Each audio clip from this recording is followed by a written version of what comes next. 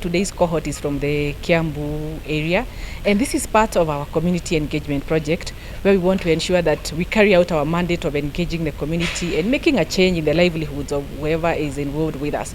So we have put together 35 journalists today to train them in areas that pertain to changes in the media industry. And today's topics are very highly selected. For one, we want to teach them about validation and verification of news. In a world where news are collected from so many other sources and from everywhere and using so many other devices, it is very easy for you to misquote or to misinform or to give the wrong data. So we are training them on the tools that they have that are available to help them to validate and to verify the data and the sources of the data. So we are talking about truthful and of course ethical reporting. The other thing we have noted is that there is a lot of changes in the media because of convergence of media and computing. So we want to introduce them to some of the technology that is being used today, changes in photography, changes in newscasting, changes in even how you do your print documents, changes in the way that media now, the media industry now presents data. So we'll be introducing them to some of the changes in the technology that is used in computing. And finally, the world is becoming a little bit dangerous for the media people as they go reporting. Sometimes you are not very sure whether they'll be physically harmed.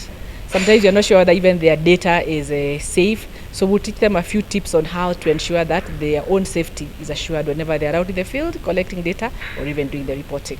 We have organizations that deal with journalists, for example, the Media Council of Kenya. This is an opportunity for them to fundraise and do research on just actually the mental health of journalists. And it's a good opportunity because it will inform the kind of interventions that are given to journalists with regard to their mental health and with regard to what they're doing. Kuna hii policy brief ambayo inazinduliwa leo kuhusu freedom of the media.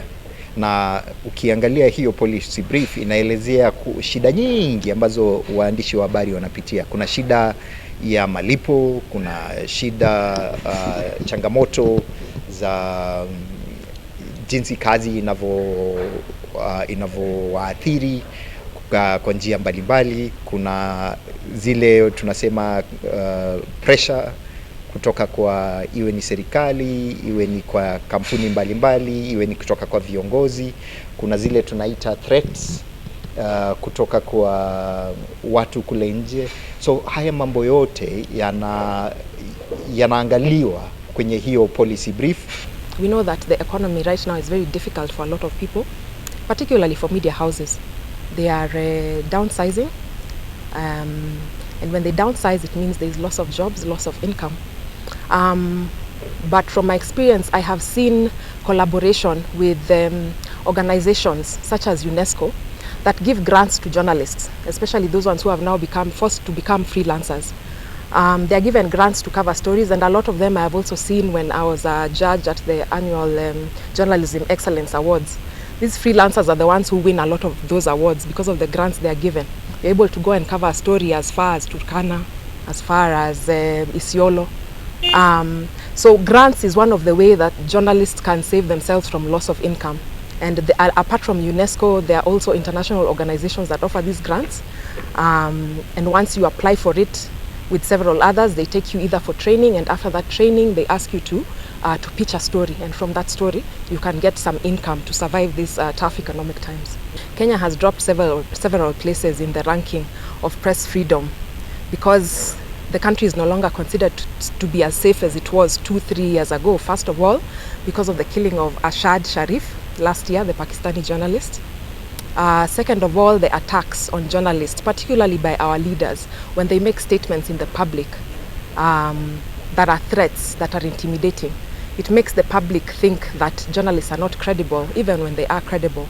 So they need to think about what leaders say about press, about journalists. And it's important also to consider that the Constitution protects media freedom, Article 34. It guarantees protection of the media.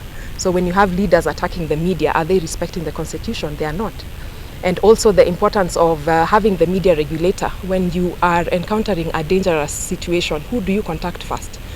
the media regulator MCK is also responsible for the safety of journalists, and that is why sometimes you see them release statements when a journalist is attacked. I'm Gure Kangara. I work for a radio station called Moroto FM, and today was a good day for us as journalists from Kiambu because Zetech University had organized a training for us where they taught us several issues, and one of them is the dynamics in the world of journalism, how the social media platforms have really taken shape, and the importance of using them to create our brand and even for the stations we work for.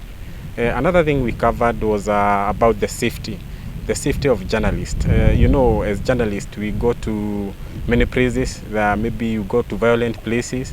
You have been taught by the experts on the safety measures that we need to take when going to such places. And in case you get yourself in a problem, the steps you should take, maybe the legal steps and so on. My name is Matthew Dungu. I work with Media Max Networks Limited, and I'm grateful to have attended this session. We are here to thank Zetech University for allowing us to learn. We've been taken through various sessions, among them safety of journalists. Another thing is the contemporary things that are emerging in the media industry. And today we go home enlightened. We go home more equipped on how to deliver news, on how to tell our stories out there.